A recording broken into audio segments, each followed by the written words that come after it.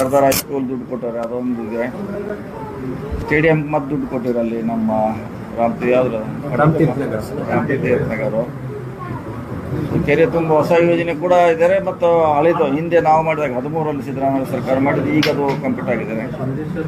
ಸುಮಾರು ಒಂದು 10-15 ಆಗ್ಬೋದು. ಒಂದೇ ಸಾರಿ CM ಅವ್ರು ಕರ್ಕೊಂಬಂದು ಒಂದು ಕಾರ್ಯಕ್ರಮ ಮಾಡಿ ಮಾರ್ಚ್ 30ರೊಳಗೆ ಏನ್ ಮಾಡ್ಲಿಕ್ಕಾಗಲ್ಲ. ವ್ಯವಸ್ಥೆ ಹಂಗಿದೆ. ನಾವೇನು ನಿಮ್ದು ಸಮದಿಲ್ಲ, ನಂದು ಸಮದಿಲ್ಲ. ವ್ಯವಸ್ಥೆ ಹಂಗಿದೆ, ಏನ್ ಮಾಡೋದು. ಈ ಬಜೆಟ್ನಾಗ ದುಡ್ಡು ಬಂದ್ರೆ ಅದು ಮುಂದಿನ ವರ್ಷನಾಗ ಸುಧಾರಣೆ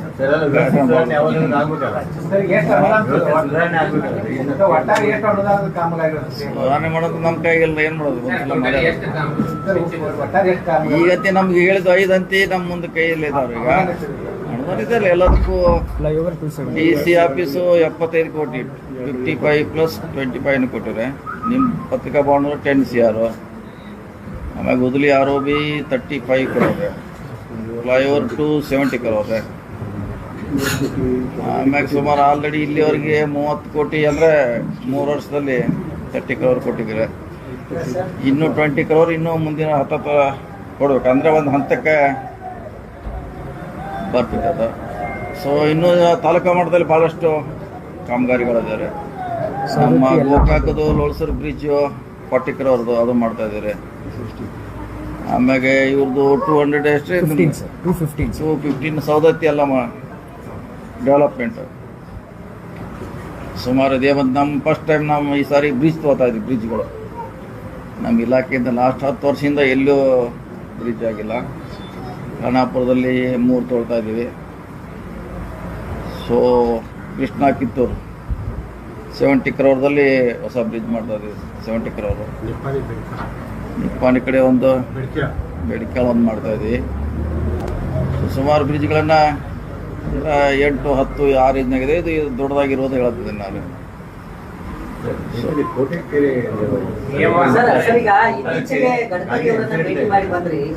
ಏನೇನ್ ಸರ್ ಇಡೀ ರಾಜ್ಯದಲ್ಲಿ ಯಾವ್ಯಾವ ಕಾಮಗಾರಿಗಳಿಗೆ ಗ್ರೀನ್ ಸಿಗ್ನಲ್ ಸಿಕ್ತು, ಏನೇನ್ ಚರ್ಚೆ ಆಯ್ತು ಅಂತ? ನಾವು 30 ತಿಂಗಳ ಬಂದಿದ್ರಲ್ಲಿ ಅವ್ರೇನು ಹಿಂದೆ ಕೊಟ್ಟಿದ್ರಲ್ಲ, 10 ವರ್ಷದಿಂದ 12 ವರ್ಷದಿಂದ ಕೊಟ್ಟಿದ್ದು, ಇನ್ನೂ ಅದು ಕಾರ್ಯಗತ ಆಗಿಲ್ಲ. ಅದು ನಮ್ಮ ಕಡೆಯಿಂದ ಸಮಸ್ಯೆ ಇದೆ, ಅವ್ರು 2 ಬೋತ್ ಸೈಡ್ ಸಮಸ್ಯೆ ಇದೆ. ಸೊ ನಾವು ಬಂದಾಗ ಸುಮಾರು 48 ಕಾಮಗಾರಿಗಳ ಬಾಕಿ ಇತ್ತು. ನಾವು ಅಧಿಕಾರ ವಹಿಸ್ಕೊಂಡಾಗ 30 months ಬ್ಯಾಕ್. ಈಗ ಹೆಚ್ಚು ಕಮ್ಮಿ 6ರಿಂದ 7 ಮಾತ್ರ ಬಾಕಿ ಉಳಿಸಿದ್ದೀವಿ. ಅದನ್ನೇ ಅವ್ರಿಗೆ ಹೇಳಿ ಬಂದೀವಿ. ನಮ್ಮ ಕಡೆ ಯಾವುದು ಬಾಕಿ ಇಲ್ಲ. ಅದರಲ್ಲಿ 7ರಲ್ಲಿ 3 ಕೋರ್ಟ್ನಲ್ಲಿದ್ದಾರೆ. ಸೊ ಬೇರೆ ಬೇರೆ ಕಾರಣಕ್ಕೆ ಇದೆ ಅದು. ಸೊ ಮಾರ್ಚ್ 30ರೊಳಗೆ 100% ನಾವು ಮಾಡ್ತೀವಿ. ಹೊಸ ಅನುದಾನ ಕೊಡಿ ಅಂತ ಹೇಳಿದ್ದೀವಿ. ಸೊ ಕೊಡಲಿಕ್ಕೆ ಅವರು ಒಪ್ಕೊಂಡಾರ.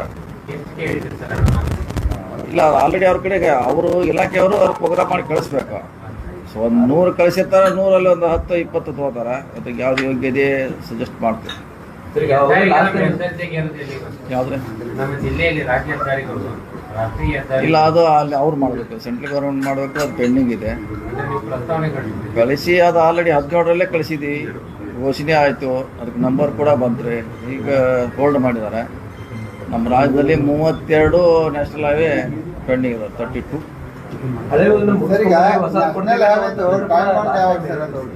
ಟೋಲ್ ಕಲೆಕ್ಷನ್ಗೂ 15 ವರ್ಷ 10 ವರ್ಷ ಅಂತ ಇರ್ತದೆ. ಈ ನ್ಯಾಷನಲ್ ಹೈವೇದು 2 ವರ್ಷ ಟೈಮ್ ಹೊಂದಿದೆ. ಇಲ್ಲ, ನಮ್ಮ ಕಡೆ ಬರೋಲ್ಲ. ಅವ್ರು ನ್ಯಾಷನಲ್ ಹೈವೇದವ್ರು ಅವ್ರು ಮಾಡ್ತಾರೆ. ಅದೇನು ಮಾಹಿತಿ ಇದ್ರೆ ಕೊಟ್ಟರೆ ನಾವು ಅವ್ರ ಬೇಕಾದ್ರೆ ಕಮ್ಯುನಿಕೇಟ್ ಮಾಡ್ತೀವಿ. ಅವ್ರು ಏನು ಇದ್ರ ಮಾಹಿತಿ 10 ವರ್ಷ 15 ವರ್ಷ 20 ವರ್ಷ ಆಯ್ತು ಸರ್. ಅದು ಟೋಲ್ ಕಲೆಕ್ಷನ್ ಮಾಡ್ತಾನೆ ಇದ್ದಾರೆ. ಅಲ್ಲ, 5 ವರ್ಷಕ್ಕೊಮ್ಮೆ ರೀಟೆಂಡರ್ ಮಾಡ್ತಿರ್ತಾರೆ. ಅವ್ರು 5 yearsಗೆ ರೀಟೆಂಡರ್ ಮಾಡ್ತಾರೆ. ಆಗಿದೆ. ಅವ್ರಿಗೆ ಹ್ಯಾಂಡ್ ಓವರ್ ಕೂಡ ಮಾಡಿದ್ರಲ್ಲ, ನಾವು ಮಾಡಿದ್ದೀವಿ ಸರ್. ಅವರು ಟೆಂಡರ್ ಆಲ್ರೆಡಿ ಅವರು ಅದಕ್ಕೆ ಅಲ್ಲಿ ಟ್ರೆಂಚ್ ಮಾಡ್ಲಿಕ್ಕೆ ಕೂಡ ಅವ್ರಿಗೆ ಹೇಳಿದ್ವಿ. ಯಾಕಂದ್ರೆ ನಾಳೆ ಯಾರು ಅಕ್ವೈರ್ ಮಾಡ್ತಾರೆ, ಟ್ರೆಂಚ್ ಮಾಡಿ ಅಂತ ಹೇಳಿದ್ವಿ. ಅದನ್ನು ಮಾಡ್ತಿದ್ದಾರೆ. ನಮ್ಮ ಕಡೆಯಿಂದ ಏನು ಸಮಸ್ಯೆ ಇಲ್ಲ, ಏನು ಅವರೇ ಮಾಡ್ಬೇಕು. ಅದು ಟೆಂಡರ್ ಆಗೋದು ಈ ಮುಂದಿನ ತಿಂಗಳು. ಅಂದರೆ ಕೆಲಸ ಏಪ್ರಿಲ್ನಾಗ ಆಗ್ಬೋದು. 2 ಹಂತಗಳು. ಮೊದಲು ನ್ಯಾಷನಲ್ ಹೈವೇಯಿಂದ ಕಿತ್ತೂರು ಚೆನ್ನಮ್ಮವ್ರಿಗೆ ಬಂದರೆ, ಕಿತ್ತೂರು ಚೆನ್ನಮ್ಮೆಯಿಂದ ಆಲ್ಮೋಸ್ಟ್ ಗೋವಾವರೆಗೆ 2 ಹಂತದಲ್ಲಿ ಮಾಡ್ತೀವಿ. ಇದು ಪ್ಯೂರ್ಲಿ ನಮ್ಮ ರಾಜ್ಯ ಸರ್ಕಾರದ ದುಡ್ಡು ಇದೆ.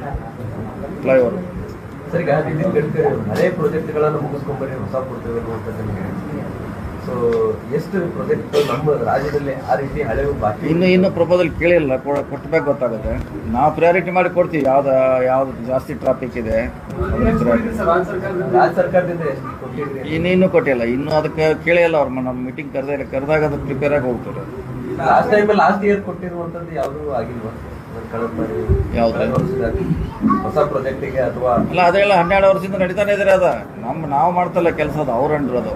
ನಮ್ಮ ಕಡೆ ಏನಾರ ಲ್ಯಾಂಡ್ ಅಕ್ವಿಷನು, ಫಾರೆಸ್ಟ್ ಇಶ್ಯೂ ಬೇರೆ ಏನಿದ್ರೆ ಅದನ್ನ ನಾವು ಬಗೆಹರಿಸಲಿಕ್ಕೆ ಪ್ರಯತ್ನ ಮಾಡ್ತೇವೆ. ನಾವೆಲ್ಲ ಹ್ಯಾಂಡ್ ಓವರ್ ಮಾಡಿದ್ವಿ. ಈಗ ಈ ಸಲ ಬಹಳಷ್ಟು ಅತಿವೃಷ್ಟಿ ಆಯ್ತು ಸರ್, ಬಹಳಷ್ಟು ರಸ್ತೆಗಳು ಹಾಳಾಗಿತ್ತು. ಈಗ ಏನ್ ಸರ್, ಏನ್ ವಿಶೇಷವಾದಂತ ಅನುದಾನ ರಾಜ್ಯ ಸರ್ಕಾರದಿಂದ ಕೊಟ್ಟಿದ್ದೆ. ಗುಂಡಿ ಮುಚ್ಚದಂತೆ ಪ್ರಯಾರಿಟಿ ಮ್ಯಾಗ ಮಾಡಿದೀವಿ. ಈಗ ಡಿಸೆಂಬರ್ 30 ಮುಗಿಸಬೇಕಾಯ್ತು, ಸ್ವಲ್ಪ ಲೇಟಾಗಿ ಮುಗಿಸಿದೀವಿ. ಮತ್ತೆ ಅದೇ ಮಾಡ್ಲಿಕ್ಕೆ ಆಗಲ್ಲ, ಅದು ಸಿಸ್ಟಮ್ ಮತ್ತೆ ಮಾಡೋದು ಮತ್ತೆ ಹಂಗೆ ಇರ್ತದೆ.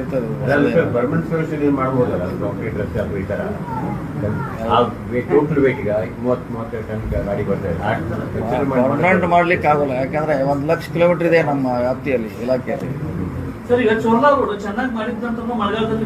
ಇಲ್ಲ, ಮತ್ತೆ ಮಾಡಿದಲ್ಲ ನೀವೇ ಮಾಡಿ. ನಿಮ್ಮ ಪತ್ರಕರ್ತ ಹೇಳಿಲ್ಲ. ಇಲ್ಲ ನೀವು ಹೇಳಿದಲ್ಲ ಒಳ್ಳೇದಾಗಿತ್ತು ಅಂತ ನೀವು ಹೇಳಿದ್ರೆ ಬನ್ನಿ ನನಗೆ.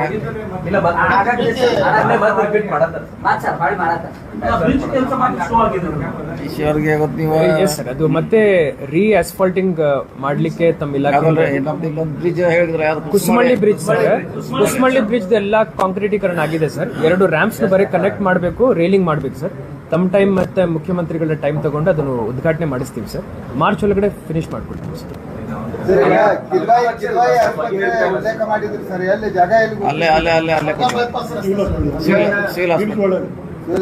ಅಲ್ಲೇ ಓಲ್ಡ್ ನರ್ಸಿಂಗ್ ಹಾಸ್ಟೆಲ್ ಏನಿತ್ತು ಆ ಜಾಗದಲ್ಲಿ ಮಾಡ್ತಾ ಇದ್ದಾರೆ. ಅಲ್ಲೇ ಕೊಡು.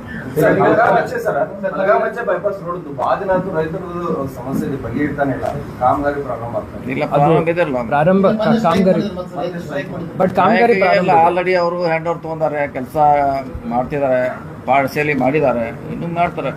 ಅದಕ್ಕೆ ಬೇಗ ಅಂತ ನಾವು, ಯಾಕಂದ್ರೆ ಅದೊಂದಾದ್ರೆ ಬೆಳಗಾವಿ ಸಿಟಿ ಟ್ರಾಫಿಕ್ ಕಡಿಮೆ ಆಗ್ತೈತಿ. DC ಅವರು ಕೂಡ ಫಾಲೋ ಅಪ್ ಮಾಡ್ತಿದ್ದಾರೆ.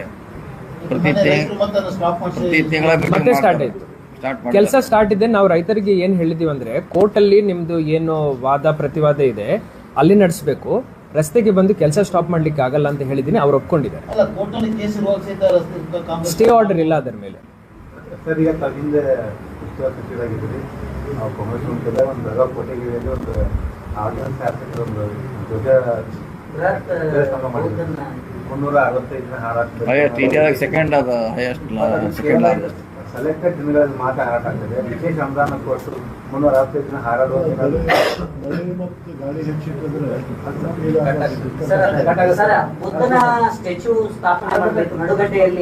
ಈಗ ಅದಕ್ಕೆ ಅದನ್ನ ಸುವರ್ಣಸೌಧಕ್ಕೆ ಅಲ್ಲೇ ಮಾಡ್ತಿದ್ದ ಜಾಗ ಹುಡುಕಾಡಿದ್ರೆ ಎಲ್ಲಿಯೂ ಸುಟೇಬಲ್ ಜಾಗ ಸಿಗ್ತಾ ಇಲ್ಲ. ಈಗ ಅಲ್ಲಿ ಜಾಗ ಐತಿ, ಅಲ್ಲಿ ಹೋಯ್ತಾ ಇದೀವಿ.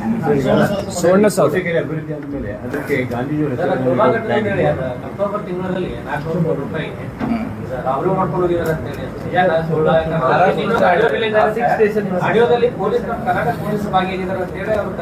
ಇಲ್ಲ, ಅದಾಗಿದ್ದು ಅಕ್ಟೋಬರ್ 6ನೇ 7ನೇ ದಿವಸಕ್ಕೆ ಆಗಿದೆ ಅಂತ.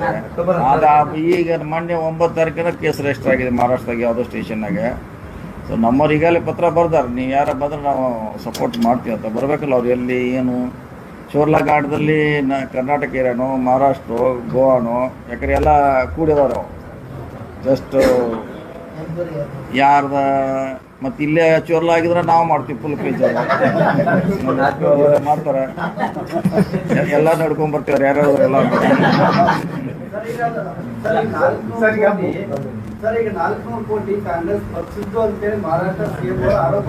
ಹೌದು, ಯಾರು ಎಣಿಸ್ರಿ ಯಾರು ಅದ್ರ ಎಣಿಸ್ರಿ ಯಾರು ಎಲ್ಲಿ ಹೋಯ್ತು ಯಾರು ಇನ್ನೂ ಗೊತ್ತಿಲ್ಲ. ಬಂದ್ರೆ ಮಾಡತ್ತಾರ, ಅದೇನು ಪ್ರಶ್ನೆ ಇಲ್ಲ. ಕಾಂಗ್ರೆಸ್ BJP ಅಂತ ಇಲ್ಲ, ಎಲ್ಲರೂ ಇರ್ತಾರೆ, ಅದು ಮಿಕ್ಸ್ ಇರ್ತಾರೆ, ಎಲ್ಲರೂ ಇರ್ತಾರೆ.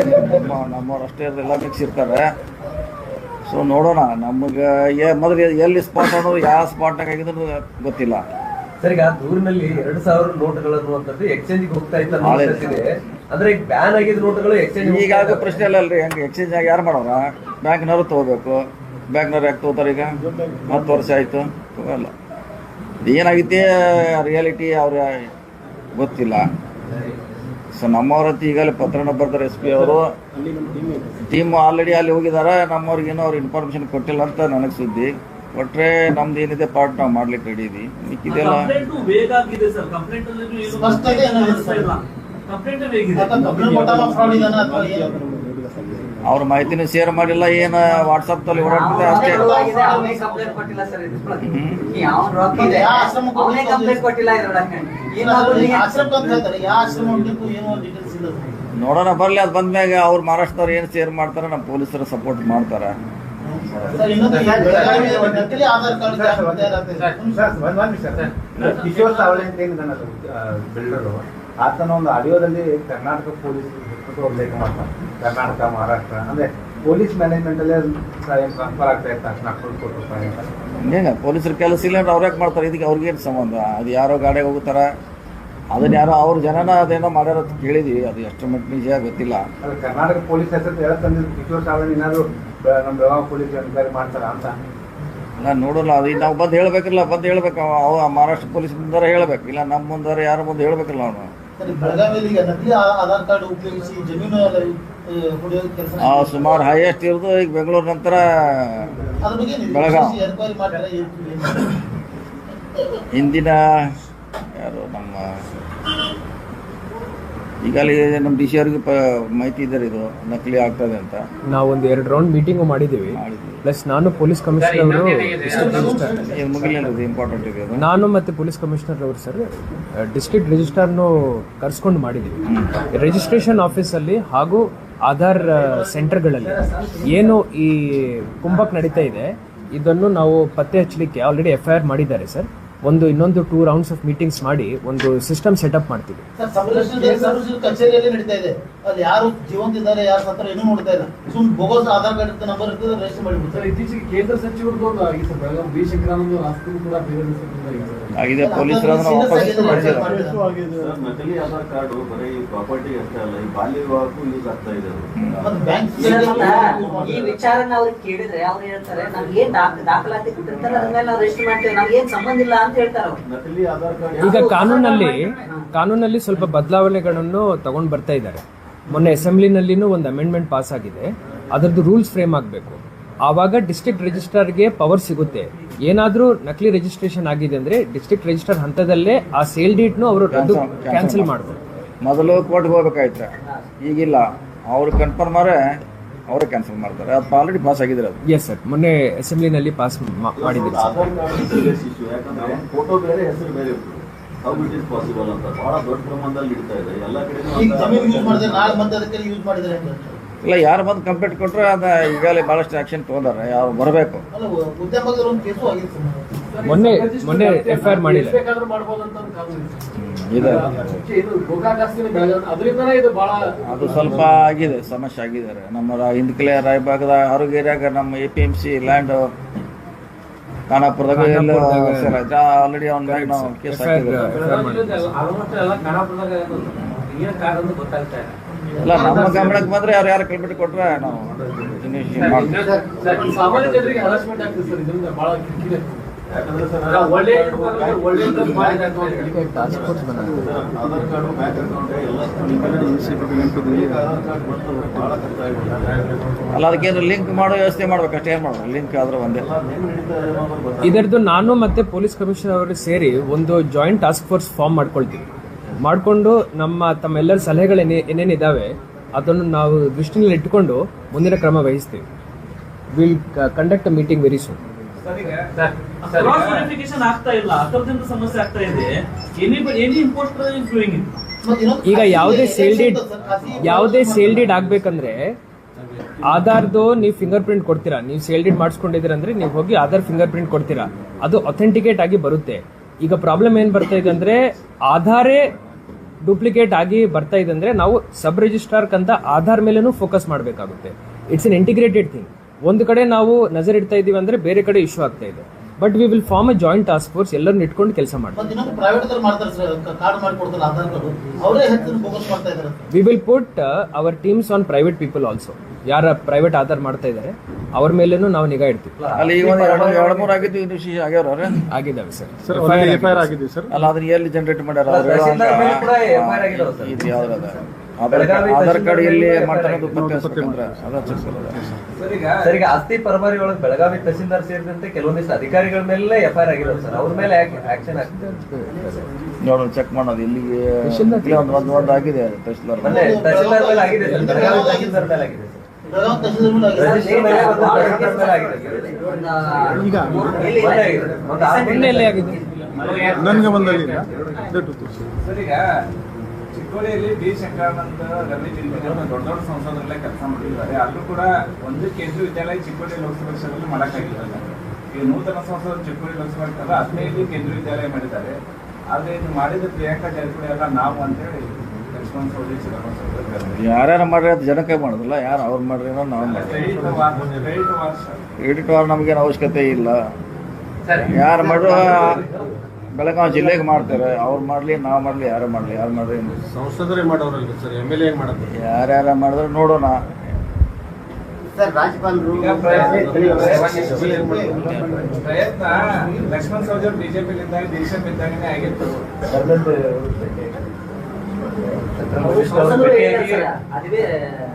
ಅದು ಮಾಜಿ ಸಂಸತ್ತಲ್ಲೇ ಹೇಳಿದ್ದಾರೆ. ನಾವು ಮಾಡ್ಕೊಂಡು ಬಂದಂತ ಅವ್ರು ಫೋಟೋ ಬರ್ತಾರೆ. ಇವರು ಕಾಂಗ್ರೆಸ್ ಶಾಸಕರು ನಾವು ಮಾಡಿ ಬರ್ತಾರೆ. ಅಲ್ಲ ರಥ ಜಗ್ಬೇಕ್ರಿ, ಎಲ್ಲರೂ ಕೈ ಜಗ್ತಿರ್ತಾರೆ. ನಾನು ಜಗ್ಗಿ ನಾಡು ಜಗ್ಗಿ ಸ್ಟೇಜ್ ಜಗ್ಗಿದಂಗೆ ಎಲ್ಲರೂ ನಾವು. ಸಿಟಿ ಕಾರ್ಪೊರೇಷನ್ದಲ್ಲಿ 1980 ಇಲ್ಲಿವರೆಗೆ 3 ಆಸ್ತಿ ರಿಜಿಸ್ಟರ್ ಕಳ್ತನ ಆಗ್ಯಾವ. ಒಂದು ಆಸ್ತಿ ದಾಖಲೆಗಳು ಸಿಗ್ತಾ ಇಲ್ಲ.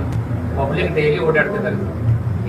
ಕಮಿಷನರ್ ಇಲ್ಲೇ ಇಲ್ಲದಾರ ಕಮಿಷನರ್ ಅವರು ಮಹಾನಗರ ಪಾಲಿಕೆ ಡೈಲಿ ಓಡಾಡ್ತಾರೆ ಸರ್ ಪಬ್ಲಿಕ್.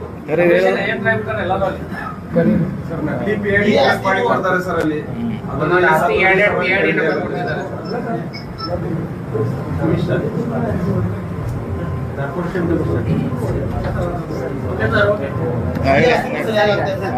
ಸರ್ ರಾಜ್ಯಪಾಲರು ಒಳ ಮೀಸಲಾತಿ ವಿಧೇಯಕವನ್ನು ವಾಪಸ್ ಕಳಿಸಿದ್ದಾರೆ. ಸರ್ ಸರ್ಕಾರದ ಮುಂದಿನ ನಿಲುವು ಏನಾಗಿದೆ? ಯಾವ ಈಗಾಗಲೇ ಅವ್ರೇನು ಸರ್ಕಾರ ಮತ್ತು ರಾಜ್ಯಪಾಲರ ನಡುವೆ ಸ್ಪಷ್ಟೀಕರಣ ಕೇಳಿರ್ತಾರ, ಅದು ಮತ್ತೆ ಕಳಿಸ್ತಾರಪ್ಪ. ಅದೇನು ಹೊಸದಲ್ಲ, ಬರ್ತಿರ್ತೈತಿ ಹೋಗ್ತಿದ್ರೆ. ಸರ್ ಈಗ ಬೆಳಗಾವಿ ಹೊರವಲಯದಲ್ಲಿ ಅಕ್ರಮ ಗಣಿಗಾರಿಕೆ ಅವ್ಯಾಹತವಾಗಿ ನಡೀತಾ ಇದೆ. ಸ್ಥಳೀಯ ರಾಜಕಾರಣಿ ಕೂಡ ಅದರಲ್ಲಿ ಶಾಮೀಲಾಗಿದ್ದಾರೆ. ಬೆಳಗಾವಿ ಗ್ರಾಮೀಣ ಕ್ಷೇತ್ರದಲ್ಲಿ ಲ್ಯಾಟ್ರೈಟ್ ಲ್ಯಾಟ್ರೈಟ್ ಅಂತ ಸಿಮೆಂಟ್ ಅಲ್ಲಿ ಬಳಸ್ತಾ ಇರ್ತಾರೆ. ಅದು ಬೆಳಗಾವಿ ಗ್ರಾಮೀಣ ಭಾಗದಲ್ಲಿ ಮಾತ್ರ ಸಿಗ್ತದೆ. ಗ್ರಾಮೀಣ ಕ್ಷೇತ್ರದಲ್ಲಿ ಅಲ್ಲಿ ಹಲವು ದಿವಸದಿಂದ ನಡೀತಾ ಇದೆ ಸರ್. ಇಲ್ಲಿಗಲ್ ಆಗಿ ತಗೊಂಡು ಹೋಗ್ತಾ ಇದ್ದಾರೆ. ಪರ್ಮಿಷನ್ ಒಂದು ಕಡೆ ತಗೋತಾರೆ. ಹಟ್ಟೋದು ಒಂದು 7 ಕಡೆ ಹಾಕ್ತಾರೆ. ಆಮೇಲೆ ಕೋಟ್ಯಾಂಗಟ್ಟಲೆ ಅಕ್ರಮ ನಡೀತಾ ಇದೆ ಮತ್ತೆ ಬೆಳಿಗ್ಗೆ ರೇಡ್ ಮಾಡಿದ್ರೆ ಸಾಯಂಕಾಲ ಮುಂಚೆ ನಾವು ಸುದ್ದಿ ಬರ್ತಾರೆ ಸರ್. ಸರ್ ನಾವು ಸುದ್ದಿ ಸರ್ ನಾವು ಸುದ್ದಿ ಮಾಡಿದ್ರೆ ರೇಡ್ ಮಾಡ್ತಾರೆ ಸರ್. ಇದೇ 7 ತಾಸಿನ ಮತ್ತೆ ಸ್ಟಾರ್ಟ್ ಆಗಿಬಿಟ್ಟು ಮೈಂಡ್ಸ್ ಅಂಡ್ ಜಿಯಾಲಜಿದವ್ರು ಸ್ಲಿಪ್ಪಿಂಗ್ ಪಾರ್ಟ್ನರ್ ಆಗಿದ್ದಾರೆ. ಅವ್ರ ಜೊತೆ ಅವ್ರ 9 ದಿನದಿಂದ ಎಲ್ಲ ಸ್ಟಾರ್ಟ್ ಆಗ್ತದೆ. ಈಗ ಹಿಂಗ್ ಮಾಡಲ್ಲ, ಒಂದು ಟೀಮ್ ನಿಮ್ದಲ್ಲಿ ಮನಸ್ಸೇ ಬಿಡಲ್ಲ. ಬಂದಾಗ್ಬಿಡ್ದು ಹೆಂಗ್ ಬಂದಾಗಲ್ಲ ನೋಡೋದು. ಅಲ್ಲ ಇದೇ ವಿಚಾರಕ್ಕೆ ಬಂದು ಚಾಕು ರಿಲೀಸ್ ಆಗಿದೆ ಸರ್. ಅದೇ ವಿಚಾರಕ್ಕೆ ಸೀರಿಯಸ್ ಆಗಿ ಆದ್ರೂ ಕೂಡ ಸೀರಿಯಸ್ ಆಗಿ ವಿಚಾರಣೆ ಮಾಡ್ತಾರೆ. ಈಗ ಹೇಳಿದ್ರಲ್ಲ, ಅದು ಪರ್ಮಿಟ್ ತೊಗೊಂಡಿರ್ತಾರ, ಎಲ್ಲಿ ಆಡಿರ್ತಾರ, ಯಾರ ಪೊಲೀಸರ ಇವ್ರು ಮಾತ್ರ ಪರ್ಮಿಟ್ ತೋರಿಸ್ತಾರ. ಈಗ ಅದು ಎಲ್ಲಿ ಹಾಕಿದ್ವಿ ಅನ್ನೋದು ಯಾವ ಏರಿಯಾ ತಗೊಂಡಿದ್ದು ಎಲ್ಲಿ ನಡೀತದೆ ಅಂತ ಹೇಳಿ. ರಾಜಕಾರಣಿಗಳು ನೇರವಾಗಿ ಬಾಯಿಗಾದಾಗ ಅಧಿಕಾರಿಗಳಾದ್ರೆ ಏನ್ ಮಾಡ್ತಾರೆ? ಇಲ್ಲ, ನಮ್ಮ ಗಮನಕ್ಕೂ ಬಂದಿದೆ. ಸುಮಾರು 6 ತಿಂಗಳಿಂದನೂ ನಡೀತಾ ಇದೆ. ಇವತ್ತೇನೋ ಸ್ವಲ್ಪ ಸುಮಾರು ವರ್ಷದಿಂದ, ಎಷ್ಟು ವರ್ಷ ಗೊತ್ತಿಲ್ಲ ನನಗೂ ಹೇಳಿದ್ದಾರೆ. ಸೊ ಆ ಮೇಡಮ್ ಕರೆಸಿ ಹೇಳ್ತೀವಿ.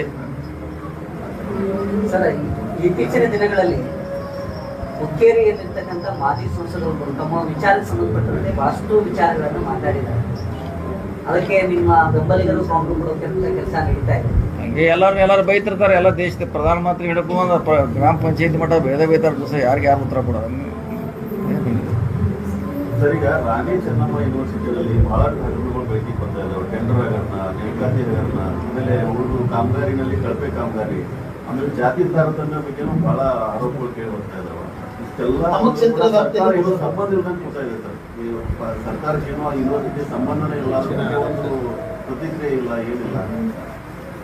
ಏನಾದ್ರು ಒಂದು ಎನ್ಕ್ವೈರಿ ಮಾಡತ್ತದ ಇಲ್ಲ ಸರ್. ಹಿಂಗೆ ನಮ್ಮ ಗಮನಕ್ಕೂ ಬಂದಿದೆ ರೀ. ಇದು ಅವ್ರು PhD ಕೊಡೋ ವಿಚಾರ ಇರ್ಬೋದು, ಬೇರೆ ಬೇರೆ ಸಂಬಂಧ ಬಂದಿದೆ ನಮ್ಮ ಕಡೆ ಗಮನಕ್ಕೆ. DC ಅವ್ರು ನೋಡೋಣ ಒಂದ್ಸಲ ಇರ್ಕೊಂಡು ಮಾಡ್ಸೋಣ. DC ಅವ್ರು ಕೇಳಿದ್ದಾರೆ. ಎರಡು ಅಟ್ರಾಸಿಟಿ ಕೇಸ್ ದಾಖಲಾಗಿದೆ, ಯಾವುದೂ ತನಿಖೆ ನಡೀತಾ ಇಲ್ಲ. DCI ಅವರು ದೂರು ಕೊಟ್ಟು ಸಹಿತ ವಿಚಾರಣೆ ಮಾಡ್ತಾ ಇಲ್ಲ. ಮತ್ತೆ DCI ಅವರು SC/ST ಇದನ್ನೇ ಕಂಪ್ಲೇಂಟ್ ತಗೋದ್ರೆ ಮತ್ತೆ ಯಾರು ಮತ್ತು ನಿಮ್ಮ ಮೀಟಿಂಗ್ ಸರ್, ಮಾಜಿ ಸಂಸದರ ಮೇಲೆ ಅವ್ರ ಮೇಲೆ ಅಟ್ರಾಸಿಟಿ ಕೇಸ್ ಆಗಿದೆ, ಅವ್ರು ಬಂಧನ ಆಗಲಿಲ್ಲ. ಅದ್ರ ಮುಂದಿನ ಏನಾಗ್ತದೆ? ಕೋರ್ಟ್ ಇದೆ, ಕೋರ್ಟ್ನಾಗ ಅದು ಸರ್, ಅಟ್ರಾಸಿಟಿ ಕೇಸ್ ಅಂತ ಒಂದು ಸಾಮಾಜಿಕ ಬಿಡುಗುವಂತ ಕೇಸ್ ದಾಖಲಾದ್ರೂ ಅವ್ರ ಮೇಲೆ ಯಾವುದೇ ಆಕ್ಷನ್ ಆಗ್ತಾ ಇಲ್ಲ ಅಂತ ಸಾಮಾನ್ಯರಿಗೆ ಏನು ಸಂದೇಶ ಹೋಗುತ್ತೆ ಸರ್? ಕೋರ್ಟ್ನಾಗ ಇದೆಲ್ಲ ಈಗ ಏನು ಹೇಳಕ್ಕಾಗಲ್ಲ, ಕೋರ್ಟ್ನಾಗ ಫೈನಲ್ ಆಗಬೇಕಷ್ಟೇ.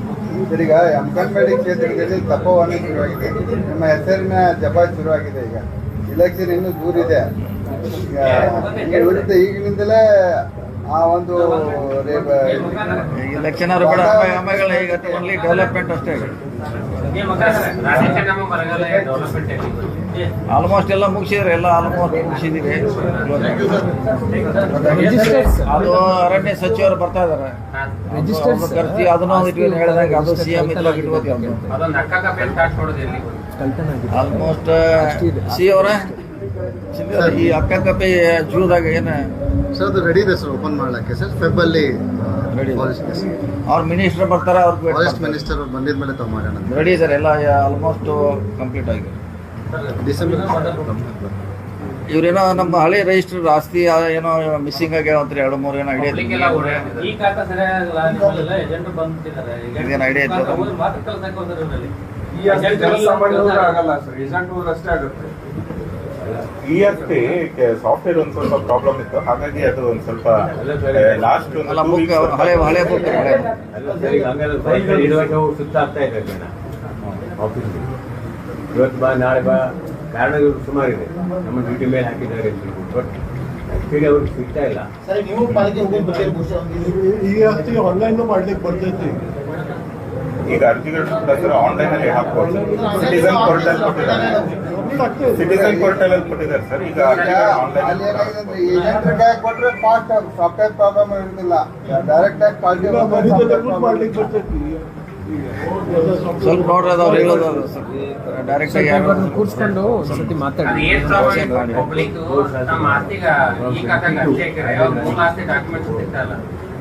ನಿಮ್ಮ ಆಸ್ತಿ ಡಾಕ್ಯುಮೆಂಟ್ ಹೋಗಲೇ ವಾಪಸ್ ಕಳಿಸಿದ್ದಾರೆ ಪಬ್ಲಿಕ್. ಬಟ್ ಅಲ್ಲಿ ಪಬ್ಲಿಕ್ ಎಲ್ಲಿ ಹೋಗ್ಬೇಕಂತ ಕಾರ್ಪೊರೇಷನ್ ಈ ರೆವೆನ್ಯೂ ಡಾಕ್ಯುಮೆಂಟ್, ಲಾ ಡಾಕ್ಯುಮೆಂಟ್ ಇದಾವಲ್ರಿ, ಎಲ್ಲ ತಗೊಂಡೋಗಿ ಇದ್ರಾಗ ಮುನ್ನ ಆಕ್ಷನ್ ಅಲ್ಲಿ ಅರ್ಥ ಎಲ್ಲ ಏನು ಸೆಕ್ಯೂರಿಟಿ ಇಲ್ಲ, ಏನಿಲ್ಲ. ಎಲ್ಲ ಇಂಪಾರ್ಟೆಂಟ್ ಡಾಕ್ಯುಮೆಂಟ್ಸ್ ಎಲ್ಲ ಒಂದು ಕೈ ಹಾಕ್ಬಿಟ್ಟಾರೆ, ಇನ್ನೂ ಡಿಜಿಟೈಸ್ ಆಗಿಲ್ಲ. ಡಿಜಿಟಲೈಸ್ ಮಾಡಿಸ್ಬಿಡಿ. ಬೆಂಕಿ ಹತ್ತಿ ಸುತ್ತೋದು ಸರ್, 1 month ಅಲ್ಲಿ ಡಿಜಿಟಲೈಸ್ ಆಗ್ಬಿಡುತ್ತೆ. ಹಳೆ ಆಫೀಸಲ್ಲಿ ಸೆಕ್ಯೂರಿಟಿ ಯಾರು ಕರ್ಕೊಂಡು ಹೋದ್ರು, ಏನೋ ಬೆಂಕಿ ಹೆಸರು ಏನು ಎಲ್ಲ ಹೋಗ್ಬಿಡ್ತದೆ. ಇದನ್ನು ನಾವು ಡಿಜಿಟಲೈಸ್ ಮಾಡಿಸ್ಬಿಡ್ತೀವಿ ಸರ್. CCTV ಕ್ಯಾಮ್ರಾ ಇಟ್ಟು ಲೈವ್ ಫೀಡ್ ತಗೊಂಡು ಒಂದು ಸಣ್ಣ ಟೆಂಡರ್ ಮಾಡಿ ಡಿಜಿಟಲೈಸ್ ಮಾಡಿಸ್ಬಿಡಿ. 1 month ಅಲ್ಲಿ ಮುಗಿಸ್ಬೋದು.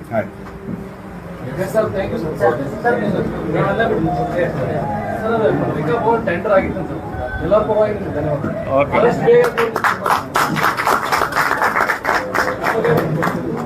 ಇಡೀ ಕರ್ನಾಟಕದಲ್ಲಿ ವಿನೂತನವಾಗಿ ಆಗಬೇಕು ಅಂತ ಹೇಳಿ ಎಲ್ಲರಿಗೂ ತಿಂಡಿ ಮತ್ತೆ ಚಾ ಇದೆ. 1-2 ನಿಮಿಷ ಕೂತ್ಕೊಳ್ಳಿ. ಮೈಕ್ಸ್ ಕ್ಯಾಮ್ರಾಸ್ ತೆಗಿಬೋದು ಸರ್. ಹೊಸೂರು ಒಂದು ಡ್ಯಾಮ್ ಸಂಬಂಧ ಬಗ್ಗೆ ಅವರು ರೈತವರು